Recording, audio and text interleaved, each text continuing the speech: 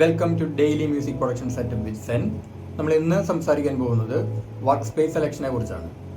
Work സ്പേസിൽ നമ്മൾ ആദ്യം തന്നെ നമ്മൾ ശ്രദ്ധിക്കേണ്ടത് കംഫർട്ടബിലിറ്റിനെ കുറിച്ചാണ്. അതായത് ഏറ്റവും കംഫർട്ടബിൾ ആയ സ്ഥലത്ത് വേണം നമ്മൾ വർക്ക് ചെയ്യാൻ. നമ്മൾ എവിടെ ഇരിക്കുമ്പോഴാണ് നമുക്ക് ഏറ്റവും കംഫർട്ടബിൾ ആയിട്ട് വർക്ക് ചെയ്യുന്നത്, ആ സ്ഥലം നമ്മൾ സെലക്ട് ചെയ്യുക. അതൊരു റൂം വേണമെന്നില്ല, അല്ലെങ്കിൽ ഒരു ഏരിയ വേണമെന്നില്ല. കാരണം നമ്മൾ ചിലപ്പോൾ ഹോസ്റ്റലിലോ ഫ്ലാറ്റിലോ വീട്ടിലോ പല ഏരിയയിൽ നിൽക്കുന്നവരായിരിക്കും. അപ്പോൾ നമ്മൾ ആദ്യം തന്നെ ശ്രദ്ധിക്കേണ്ട പോയിന്റാണ് കംഫർട്ട്. രണ്ടാമത്തെ പോയിന്റാണ് room size.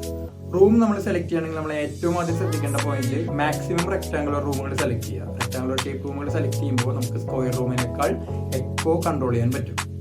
Third point noise level. Noise level എന്ന് പറയുമ്പോൾ നമ്മൾ സെലക്ട് ചെയ്യുന്ന റൂം ചിലപ്പോൾ റോഡ് സൈഡ് ഏരിയകളായിരിക്കും. അപ്പോൾ റോഡ് സൈഡിൽ നിന്ന് മാറിയിട്ടുള്ള റൂം മാക്സിമം സെലക്ട് ചെയ്യാൻ നോക്കുക. ഇല്ലെങ്കിൽ കിച്ചൺ, TV ഈ സ്ഥലങ്ങളിൽ നിന്ന് മാറിയിട്ടുള്ള ഏരിയ സെലക്ട് ചെയ്യാൻ നോക്കുക. ഇനി അഥവാ നമ്മുടെ റൂം അങ്ങനെയാണെങ്കിൽ നമ്മൾ മാക്സിമം അക്യൂസ്റ്റിക് ട്രീറ്റ്മെന്റ്, സൗണ്ട് പ്രൂഫിങ്ങിൽ നമ്മളത് മാക്സിമം കൺട്രോൾ ചെയ്ത് വരും. നമ്മൾ സെലക്ട് ചെയ്യുന്ന റൂമിന്റെ വാൾ മെറ്റീരിയലാണ് അടുത്ത പോയിന്റ്.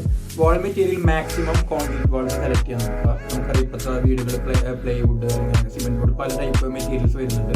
മാക്സിമം നമ്മൾ കോൺക്രീറ്റ് വാൾസ് സെലക്ട് ചെയ്ത് കഴിഞ്ഞാൽ നമുക്ക് സൗണ്ട് പ്രൂഫിങ്ങിന് അത് ഒരുപാട് ഗുണം ചെയ്യും. Fifth point ceiling. Ceiling height നമ്മൾ മാക്സിമം കുറഞ്ഞ റൂമുകൾ സെലക്ട് ചെയ്യുക. ഇനി അതല്ല റൂമിന്റെ സീലിംഗ് കൂടുതലാണെങ്കിൽ നമ്മൾ അതനുസരിച്ച് സൗണ്ട് പ്രൂഫ് കൺട്രോൾ ചെയ്യേണ്ടി വരും, പാനൽസ് ഉപയോഗിക്കേണ്ടി വരും. അപ്പോൾ മാക്സിമം സീലിംഗ്